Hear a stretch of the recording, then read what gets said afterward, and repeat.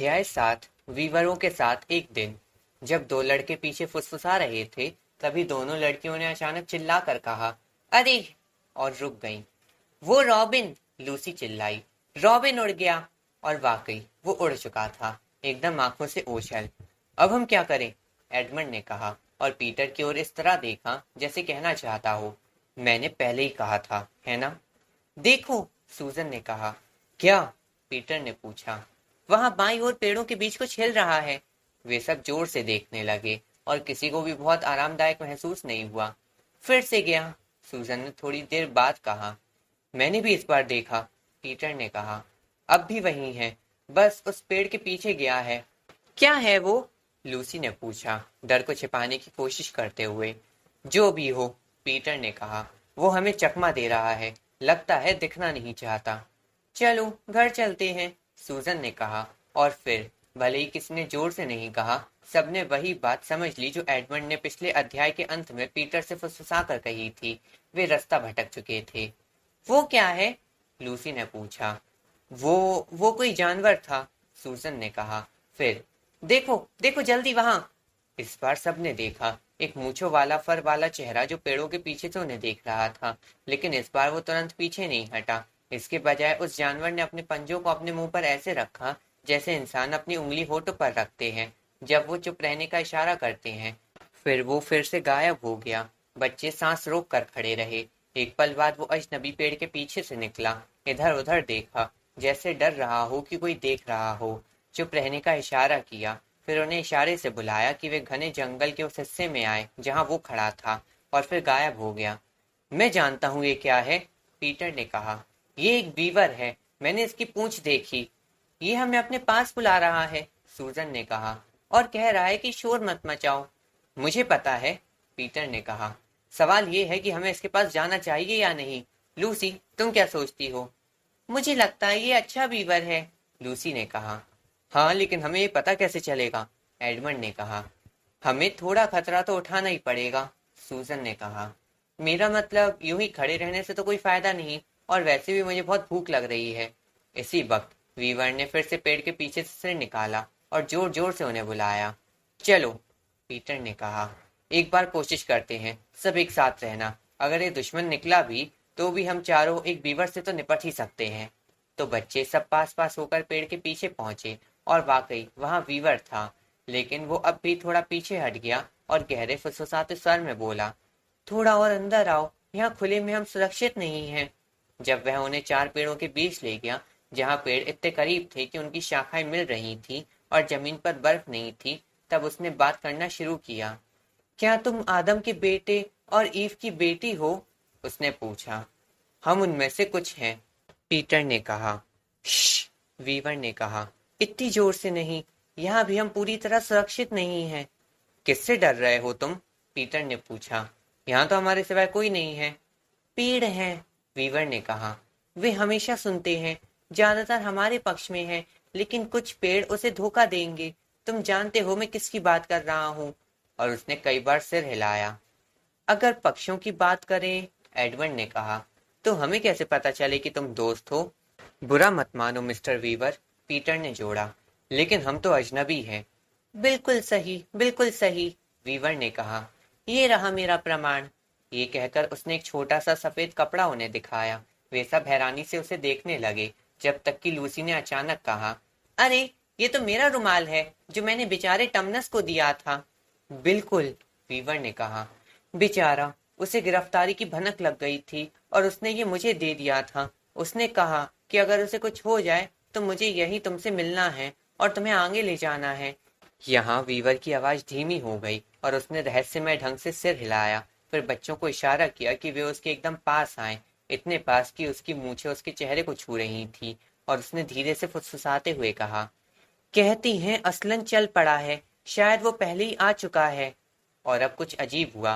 बच्चों को असलन के बारे में कुछ नहीं पता था, जैसे तुम्हें नहीं है। लेकिन जैसे ही वीवर ने उसका नाम लिया, सबको अपने अंदर कुछ अजीब सा महसूस हुआ। शायद तुम्हारे साथ कभी सपना देखने में ऐसा हुआ हो, जब कोई कुछ ऐसा कहता है जो तुम्हें समझ नहीं आता, लेकिन फिर भी ऐसा लगता है जैसे उसका कोई बड़ा अर्थ हो, या तो डरावना जिससे सपना डरावना बन जाए, या कुछ बहुत सुंदर जो शब्दों में नहीं कहा जा सकता। असलन के नाम से एडमंड को रहस्यमय डर का एहसास हुआ। पीटर को साहस और रोमांच का अनुभव हुआ। सूजन को ऐसा लगा जैसे कोई बहुत मीठी खुशबू या मधुर संगीत पास से गुजरा हो, और लूसी को वैसा महसूस हुआ जैसा सुबह उठकर छुट्टियों या गर्मियों की शुरुआत में होता है। और मिस्टर टमनस का क्या हुआ? लूसी ने पूछा। श्श, वीवर ने कहा। यहाँ नहीं, मुझे तुम्हें ऐसी जगह ले जाना है जहाँ हम ठीक से बात कर सके और खाना भी खा सके। अब किसी को भी सिवाय एडमंड के वीवर पर भरोसा करने में कोई दिक्कत नहीं थी, और एडमंड समेत सब डिनर शब्द सुनकर बहुत खुश हो गए। वे सब तेजी से अपने दोस्त के पीछे चल पड़े, जो उन्हें 1 घंटे से ज्यादा घने जंगल से होकर ले गया। सब थके हुए और भूखे हो गए थे जब अचानक सामने पेड़ कम होने लगे और जमीन ढलान की ओर नीचे जाने लगी। 1 मिनट बाद वे खुले आकाश के नीचे आ गए। सूरज अब भी चमक रहा था और उन्होंने नीचे की ओर एक शानदार नजारा देखा। वे एक संकरी घाटी के किनारे पर खड़े थे, जिसके तल में एक बड़ी सी नदी थी, जो अगर जमी ना होती तो बह रही होती। उस नदी पर एक बांध बना था, और सबको याद आया कि वीवर हमेशा बांध बांधते हैं, और सबने मान लिया कि ये बांध मिस्टर वीवर ने ही बनाया होगा। वे देख सकते थे कि अब उसके चेहरे पर एक गर्व भरा संतोष था, जैसे कोई व्यक्ति अपना बाग दिखा रहा हो या अपनी लिखी कहानी पढ़ रहा हो। सूजन ने शिष्टता से कहा, कितना सुंदर बांध है। और मिस्टर वीवर ने इस बार चुप रहने को नहीं कहा, बल्कि कहा, बस एक छोटी सी बात, और अभी पूरी तरह बना भी नहीं है।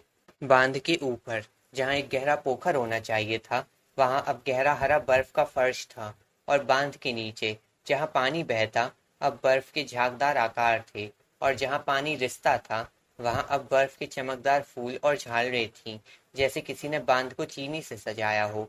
बांध के ऊपर और बीच में एक छोटा सा गोल घर था, जैसे विशाल मधुमक्खी का छट था, जिसकी छत से धुआं निकल रहा था। अगर तुम्हें भूख लगी हो तो तुम्हें ये देखकर भूख और ज्यादा लगेगी। बाकियों ने तो यही देखा, लेकिन एडमंड ने कुछ और देखा। नदी के नीचे एक और छोटी नदी आकर मिल रही थी, और उस ओर 2 पहाड़ियां थीं, जिन्हें वो पहचान गया। सफेद चुड़ैल ने वहीं से उसे अलविदा कहा था, और उसके दिमाग में टर्किश डिलाइट और राजा बनने के ख्याल आने लगे। और पीटर को ये कैसा लगेगा, उसने सोचा, और भयानक विचार उसके मन में आने लगे। हम आ गए, मिस्टर वीवर ने कहा, और लगता है मिसेस वीवर हमारी राह देख रही हैं। मैं आगे चलता हूँ, लेकिन सावधानी से चलो और फिसलना मत।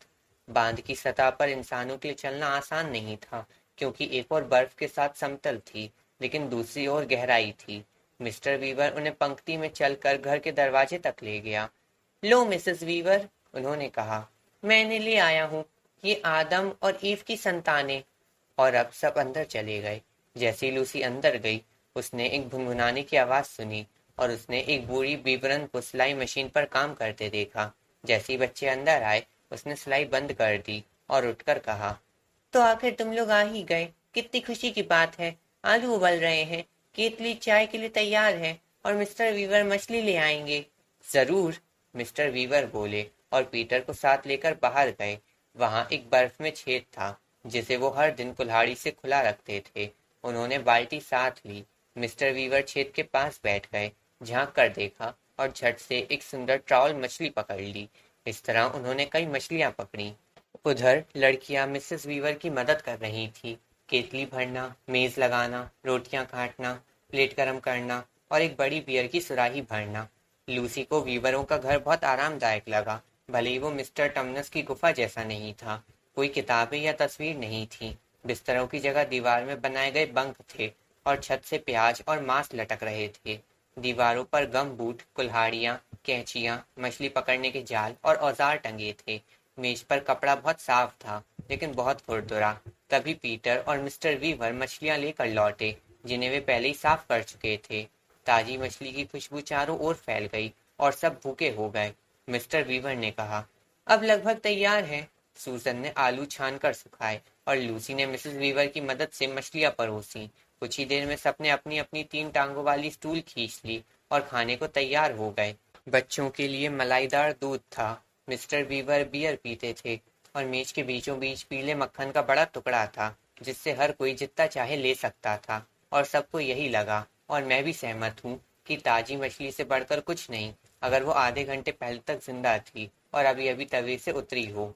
मछली के बाद मिसेस वीवर ने ओवन से गरम चिपचिपा शानदार मार्मलेड रोल निकाला और चाय का पानी भी चढ़ा दिया। जब चाय बन गई तो सबने अपनी अपनी प्याली ली, अपनी अपनी स्टूल पीछे सरकाई, दीवार से पीठ टिकाई और संतोष की लंबी सांस ली।